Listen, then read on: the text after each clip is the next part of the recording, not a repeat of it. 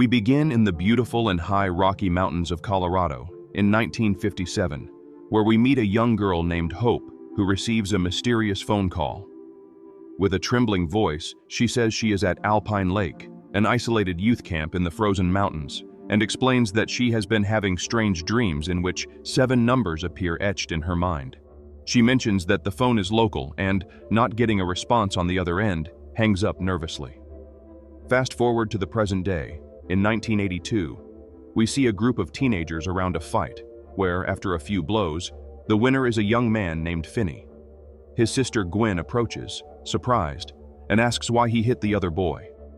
Finney explains that the newcomer mocked him, saying he thought he was brave for having taken down a serial killer, and he confronted him to make it clear that he is not weak. At that moment, Ernesto appears, congratulates Finney on the fight, and invites Gwyn out, but when Ernesto walks away, Finney gets irritated, telling his sister that it was clearly a date and that Ernesto is a good guy. Furthermore, since Robin, Ernesto's older brother, asked Finney to look after him, the least she can do is treat him well.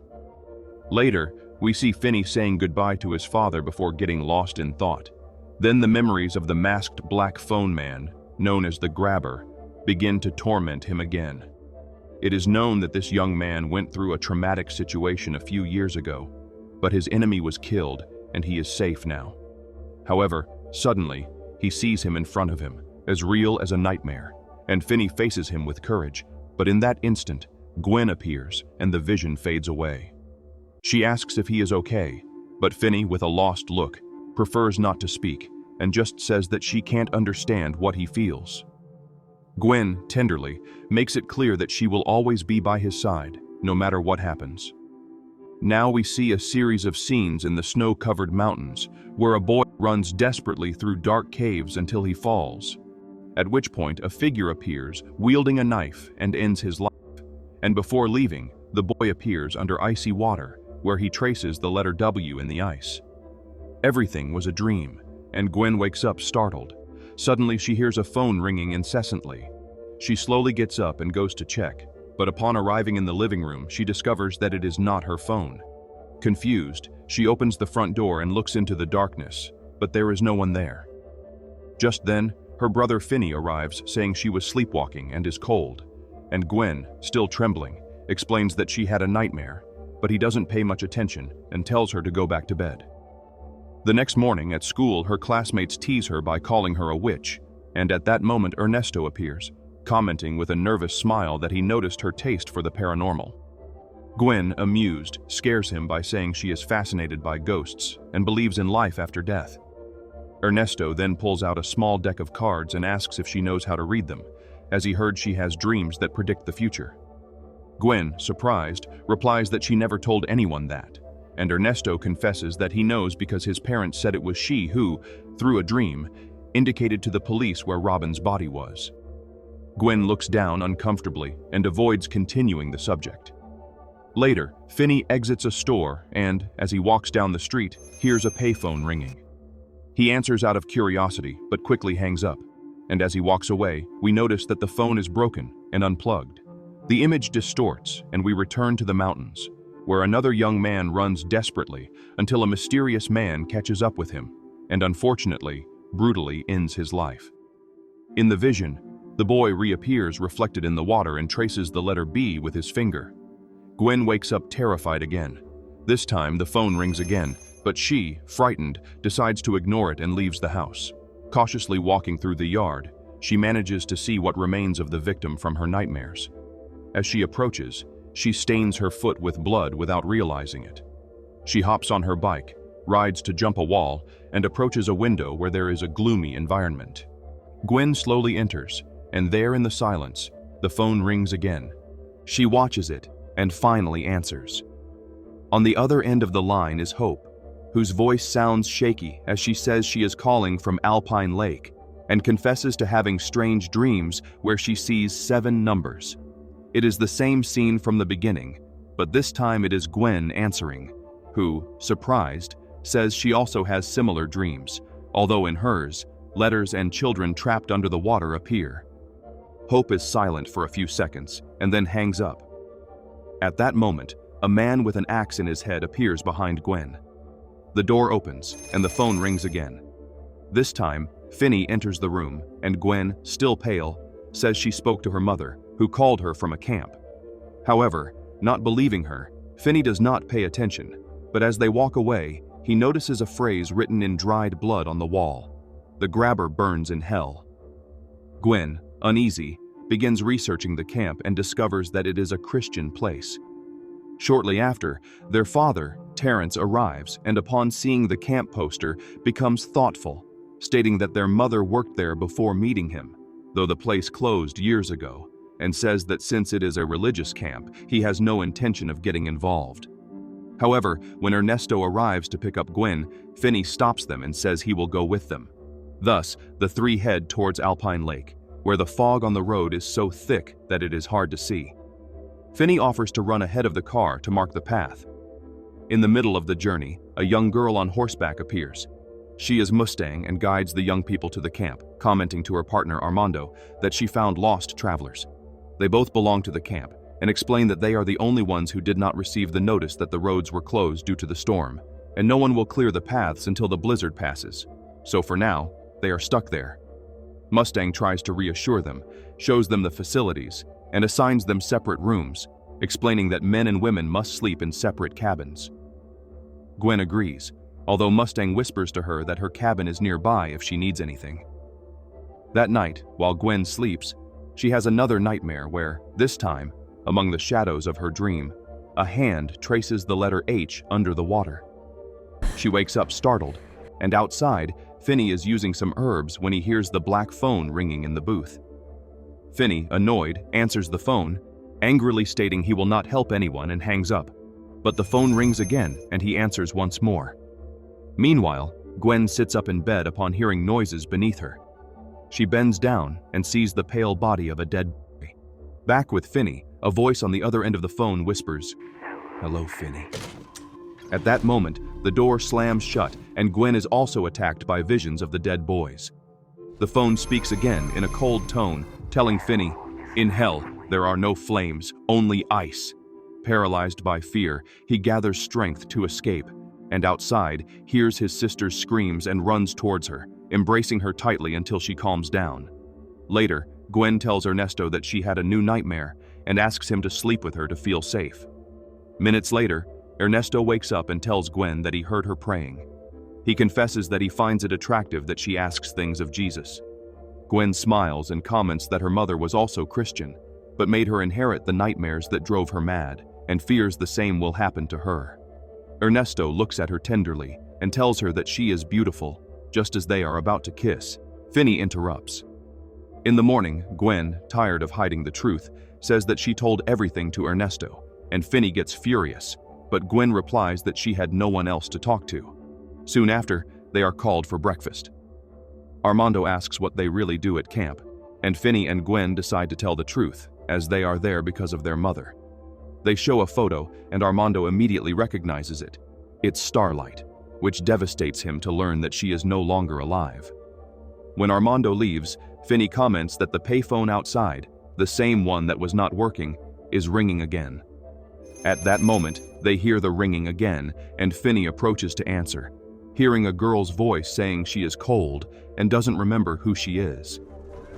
He also hears whispers and voices of 3 boys. Finney understands that they are dead and asks how he can help them, receiving only the reply that he must find them. Meanwhile, their father's news shows that the roads are blocked, and in anguish, he decides to go look for them. Back at the camp, Gwyn asks Barbara, the supervisor, if she knows anything about the old rumors. But Barbara scolds her, saying that one must only think of God there and not in horror stories. That night, Gwyn dreams again of Hope Adler, murmuring that the numbers from her dreams are written on the ice of the lake. Then the images distort, and she sees the victims of the past. Gwyn wakes up frightened, seeing the door opening and closing on its own. Finney hears the phone ringing and wakes Ernesto. Meanwhile, Gwyn goes outside and begins to follow the visions of the boys. Finney, irritated that the phone won't stop, decides to answer it, and on the other end, a familiar voice chills him to the bone. It's the grabber from the previous black phone, who says it took a while, but he finally remembered. Finney, trembling, replies that he is dead, but the kidnapper laughs and murmurs affirmations, saying that he was never dead. Meanwhile, Ernesto searches for Gwyn, and the kidnapper attacks her with fury, throwing her against the walls. The others, alerted by the screams, rush in, but only see Gwyn lying on the floor. Ernesto tries to help her just as Finney enters, and the kidnapper vanishes. Minutes later, after the terror they experienced, everyone gathers in the church and admits they can no longer deny that there are paranormal and evil forces in the place.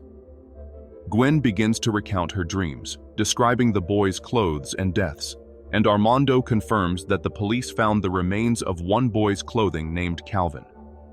Finney mentions the grabber, and Armando then tells that the camp owner closed it after 2 children went missing, but he kept coming back to look for the bodies.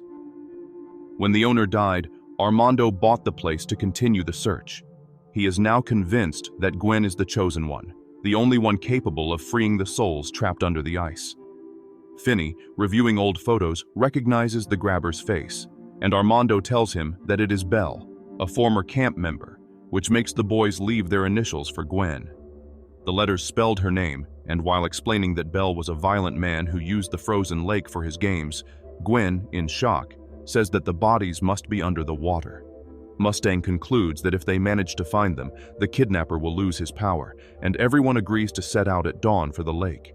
Later, Armando approaches Finney and says he knows his fear is not of hell, but of not being able to protect his sister. He advises him to face his pains instead of hiding them. Finney reveals that the grabber wants to kill Gwyn just to hurt him, but he promises he will not allow that. At dawn, the group sets out for the frozen lake, where they spend hours digging but find nothing. As night falls, exhausted, they return, and Finney and Ernesto take turns watching over Gwyn while she sleeps. Gwyn dreams again, and this time sees a boy delivering newspapers until he is hit by a car. Then, Belle appears with black balloons, laughing. Suddenly, it is not Gwyn who wakes up, but her mother, Hope, and scared, Gwyn watches her and follows her. Hope sees the basement of an old house where a boy is chained. She, scared, tries to escape, but Belle appears and kidnaps her. Gwyn screams, but the grabber emerges and forces her into the car, saying she looks like her mother. Gwyn discovers the truth. Her mother dreamed of the first kidnapped boy, and that's why the kidnapper abducted and eliminated her, explaining that hell is not fire, but a void. Gwyn runs and answers a call where a voice whispers for her to hide. The kidnapper finds her, injures her hand, and she begins to bleed in real life while the others try to wake her. Inside the dream, she sees Armando discovering a body. However, the grabber distracts her, while his illusion surfaces over the frozen lake and attacks Armando, knocking him into the lake. Gwyn hears her brother's voice and understands she also has power in the dream. She gathers strength, confronts the kidnapper, and manages to strike him, breaking the cycle and waking up with a scream. When she opens her eyes, she tells everyone that Armando is in the lake, and they run to rescue him alive. As they return to the camp, Terrence, their father, arrives to take the children home. Finney accepts, but Gwyn refuses, calling him a coward and saying that he always runs away. Finney replies that no one understands what he has been through, and Gwyn comforts him, saying he is the bravest person she knows. Gwyn has a moment of conversation with their father, insisting on telling everything that happened to her and to their mother. Then, after telling everything and Terrence being stunned, they finally agree to stay at the camp and resume the search. Hours later, already exhausted, Gwyn leans back and seems to sleep, but she does it on purpose. In the dream, she confronts the kidnapper, whose monster appears in the lake.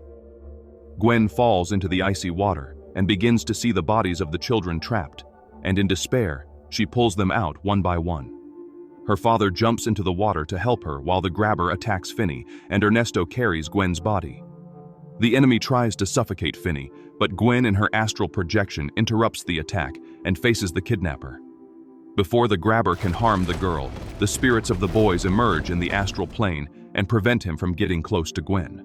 While the killer is distracted, Gwyn strikes him, tearing off his mask and revealing a face deformed by hatred. Finney approaches and says that in hell there are no flames, only ice. And then they both push him into the frozen lake, where the spectral boys drag him to the bottom, where his body slowly freezes. Gwyn wakes up in Ernesto's arms and kisses him. Outside, the others celebrate, and Armando calls the boys' parents to give them the news.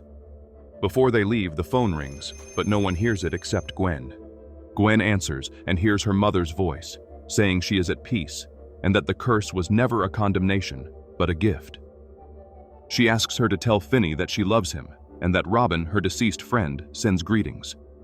The line cuts off, and Gwyn tells everything to her brother.